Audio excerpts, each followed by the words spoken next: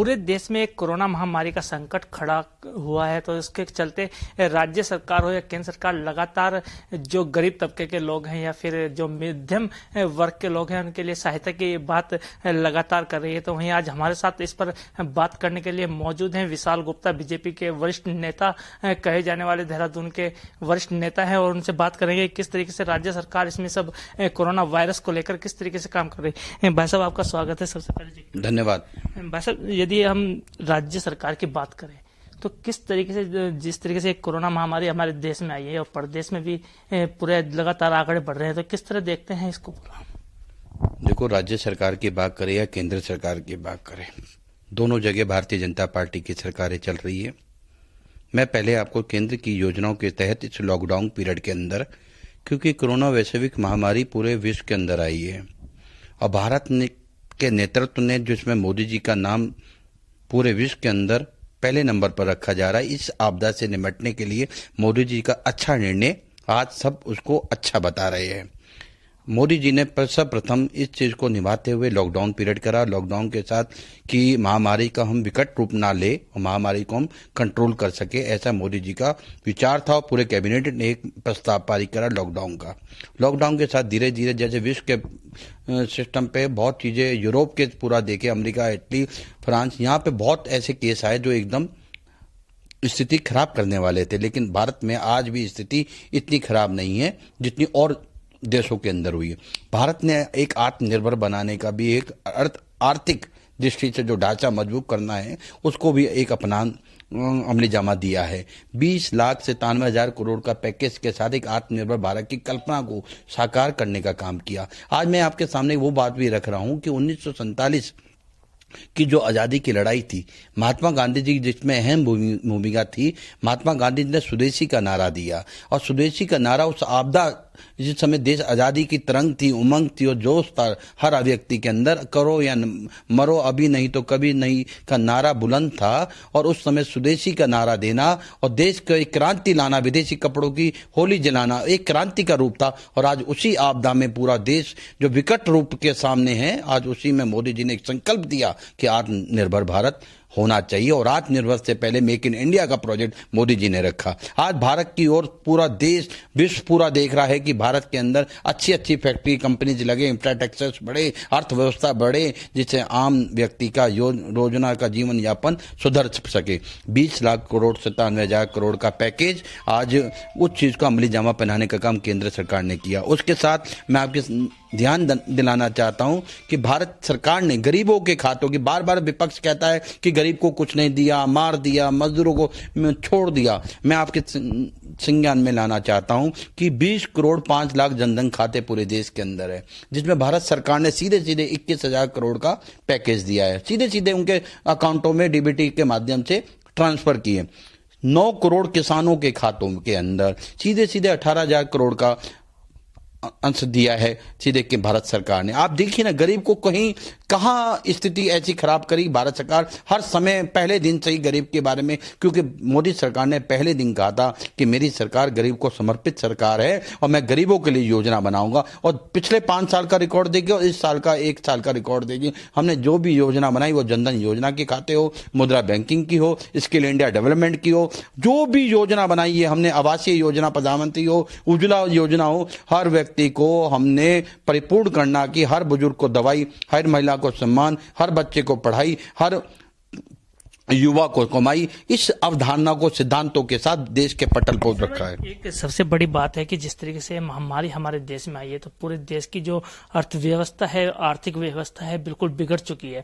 तो वहीं यदि हम उत्तराखंड की बात करें तो जिस तरीके से लगातार राज्य सरकार यहाँ पर पर्यटन की स्थिति से देखे तो उत्तराखंड एक मेन उत्तराखंड माना जाता है कि पर्यटन की स्थिति से कि 4 धाम यात्रा भी शुरू होने वाली थी, लेकिन जिस तरीके से लगातार ये कोरोना महामारी के चलते 4 धाम यात्रा शुरू नहीं हो पाई है और विपक्ष इस पर लगातार सवाल खड़े करता रहा है कि जो बेरोजगार लोग हैं, 4 धाम से जुड़े व्यवसायी हैं, उनके लिए किस तरीके से सरकार आगे बढ़कर काम करेगी? सरकार अपना भारत सरकार की निर्देशन में काम कर रही है और राज्य सरकार माननीय मुख्यमंत्री त्रिवेंद्र सिंह रावत जी के नेतृत्व में चौमुखी विकास के साथ जो संकल्प लिया था जिस समय सरकार बनी थी, उसी को अमली जामा पहना रही है। क्योंकि व्यवस्थाएं देखो, आपदा है, आपदा में स्थितियां खराब होती है, हमारे अनुकूल स्थितियां नहीं है इस समय, लेकिन अनुकूल बनाने का एक वातावरण तैयार करना सरकार की जिम्मेदारी बनती है और सरकार उसको जिम्मेदारी को निभा रही है। और मैं आपके चैनल के माध्यम से बताना चाहता हूं विपक्ष को भी कि विपक्ष उसमें सह सहयोग की भूमिका में खड़ा रहे।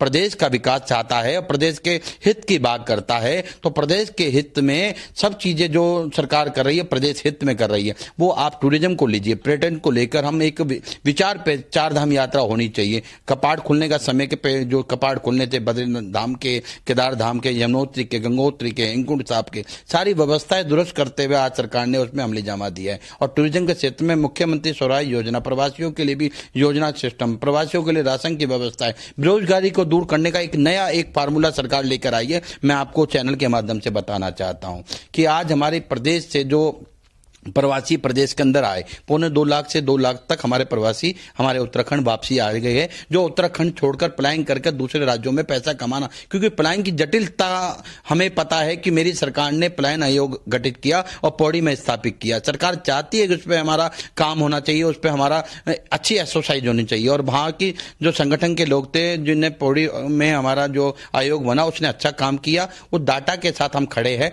2 लाख के करीब प्रवासी हमारे उत्तराखंड में आए हैं और जितने उत्तराखंड से बाहर गए हैं, हमने सभी औद्योगिक क्षेत्रों के जो भी उद्योगपति है उन लोगों से, औद्योगिक घरानों से हमने एक निवेदन किया और डाटा के साथ एक एंट्री बनाई है। मेरी आदरणीय अनिल गोयल जी से बात हुई थी विषयों को लेकर और मुख्यमंत्री चैनल पे भी हम लोगों ने बात करी थी कि आप अपना सुझाव मैंने दिया था और मुख्यमंत्री के व्हाट्सएप पे भी दिया था मैंने कि सरकार प्रवासियों का डाटा और यहां से जाने वालों का डाटा, कर्मचारियों का, जिस जगह पे जिस उद्योग में जितने कर्मचारी बिहार के, राजस्थान के, मध्य प्रदेश के, पंजाब के जो बाहर गए, जैसे एक कर्मचारी एक फैक्ट्री के अंदर 50 कर्मचारी है और 50 कर्मचारी में 25 जने बाहर के थे और 25 हमारे उत्तराखंड के थे।